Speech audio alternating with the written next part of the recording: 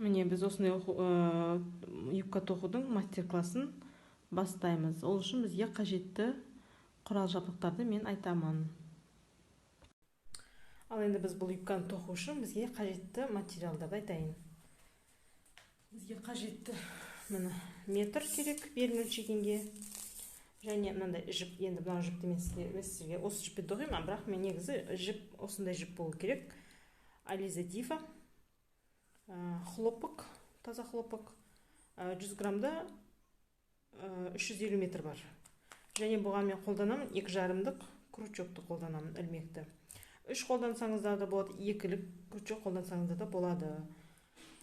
Енді мына екеусі бір жіп почти, мен просто мынадан бір нәрсе тоқыдым да, сонымен қайтадан сөгіп тастадым. Енді қызыма осыдан юбка тоқиын деп мен сіздерге көрсетейін дедім.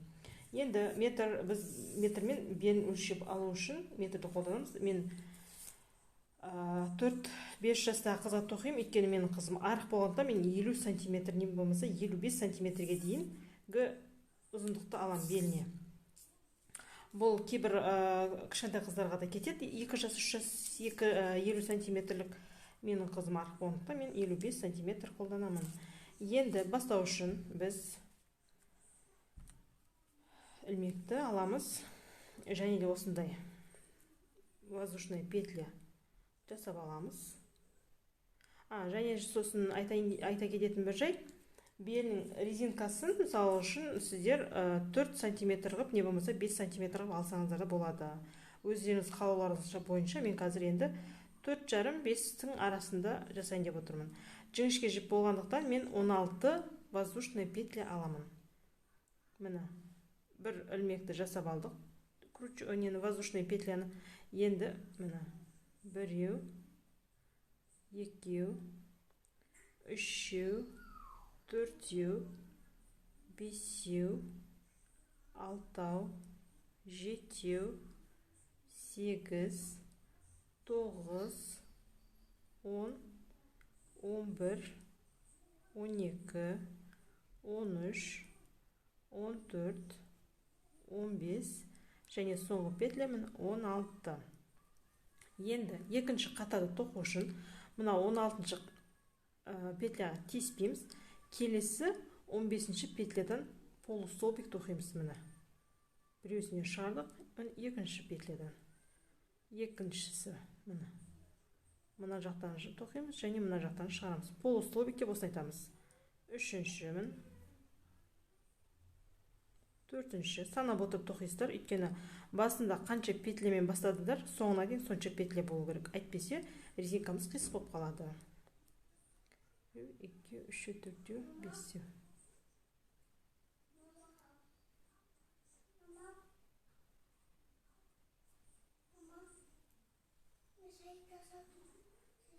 Ары қарай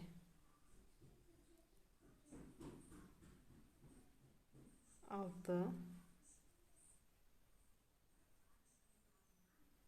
7, 8, 9, 10, 11, 12, 13, 14 және соңғы петля бізде 15. Бір петля іліп аласыздар. Келесі былай қарай екінші қатарға қарай ауыстырамыз. Сосын мен сіздерге айта кететін жайт, міне осылай тоқыдыңыздар ма, былайынан аударсаңыздар, мына жері қисық болмай түзу болып өтеді.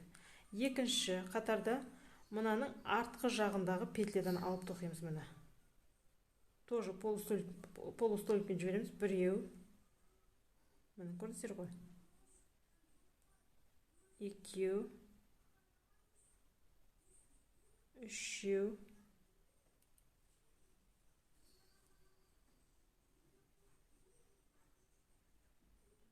төртеу, бесеу, алтау,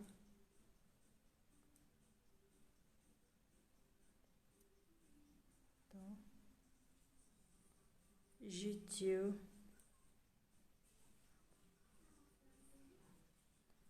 сегіз,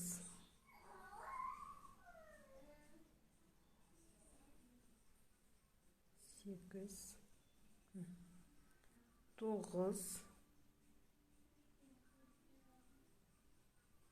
10,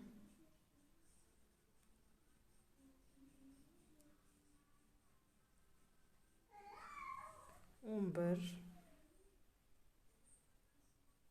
12, 13, 14. Мына соңғы мынадан іліп аламыз. Сәл қатты тығызып тоқып қойыппын.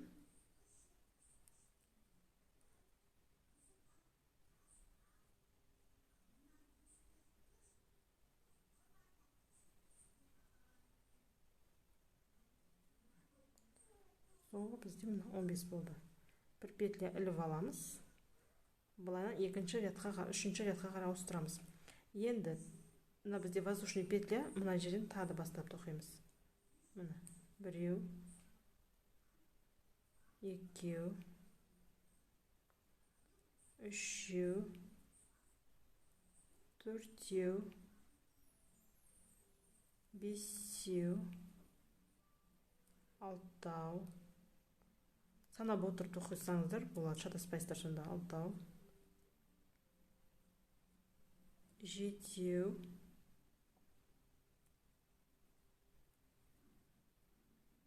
сегіз, тоғыз, 10, 11,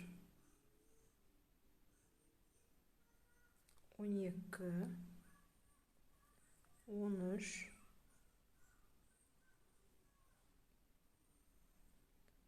14, және міне соңғы кішкене қиындау болады енді.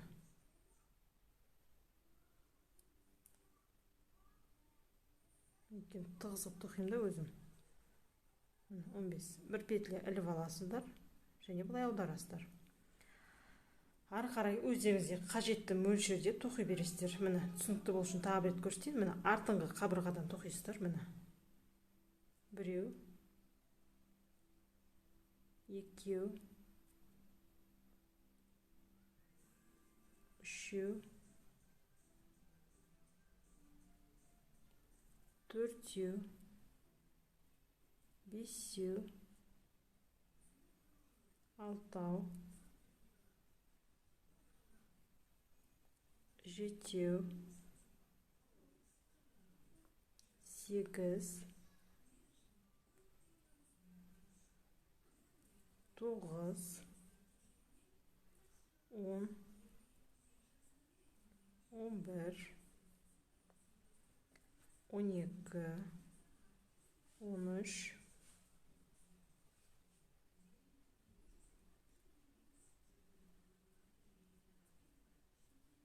14, және міне соңғы бізде 15.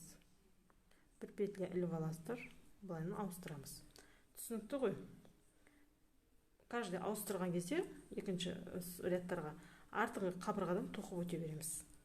Соңында бір воздушный іліп аласыздар, воздушный петля, и дальше 15 ряд па 15 рядты тоқып өтесіздер. Мүмкін сіздерде 13 ряд болуы мүмкін, кейбіріңізде мүмкін одан да жалпақ болу үшін 16-17 ряд болуы мүмкін. Өзімізге қажетті мөлшерге дейін тоқи бастаймыз, тоқи береміз.